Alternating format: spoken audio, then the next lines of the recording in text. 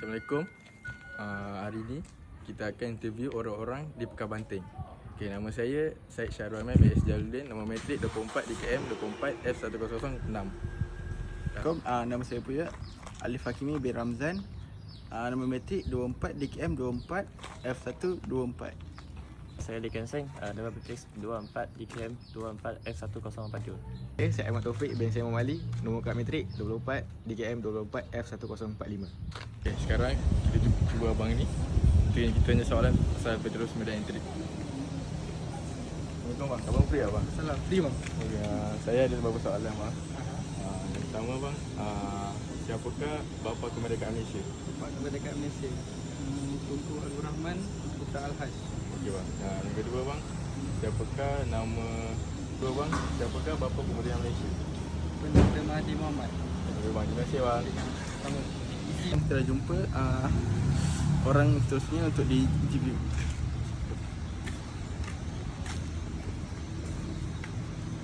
Assalamualaikum bang. Abang free tak? Free? Saya nak tanya beberapa soalan. Boleh? Salah? Salah apa tu bang? Boleh tahu nama abang apa? Nama abang tu ke? Nama saya Abdul Aiman. Asal di mana? Banting sama. Soalan pertama saya nak tanya, siapakah yang mencipta bendera Malaysia? Di Jalur Guminang. Muhammad Hamzah. Soalan kedua, bagaimana untuk mengelakkan peristiwa 13 Mei supaya tidak berulang lagi? Cara nak mengelakkannya, saya rasa kena bukan perpaduan di antara satu sama lain di antara kawan yang lain, dan jangan resis lah masing-masing kalau boleh. Terima kasih bang. Sama. Okay, sekarang kita jumpa orang yang ketiga. Jom kita interview.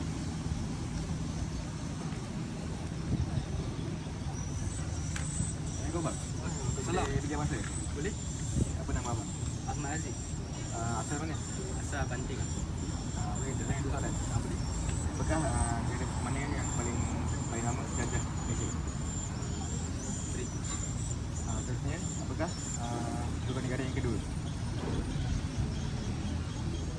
Kesetiaan.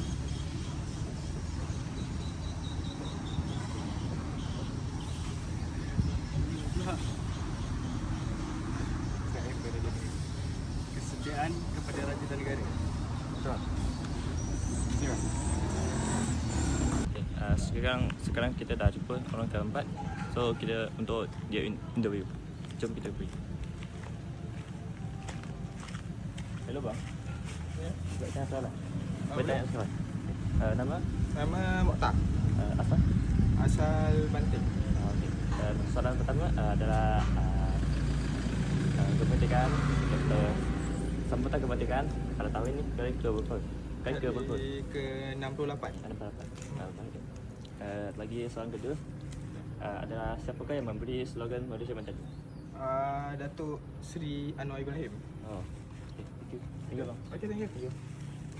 Okay, nampaknya rakyat Malaysia masih prihatin tentang kepentingan perpaduan kaum dan menghargai sejarah Malaysia. Okay, kesimpulannya kita hendaklah memupuk semangat cinta akan negara agar hidup kita aman damai di negara tercinta ini. Itu saja daripada saya.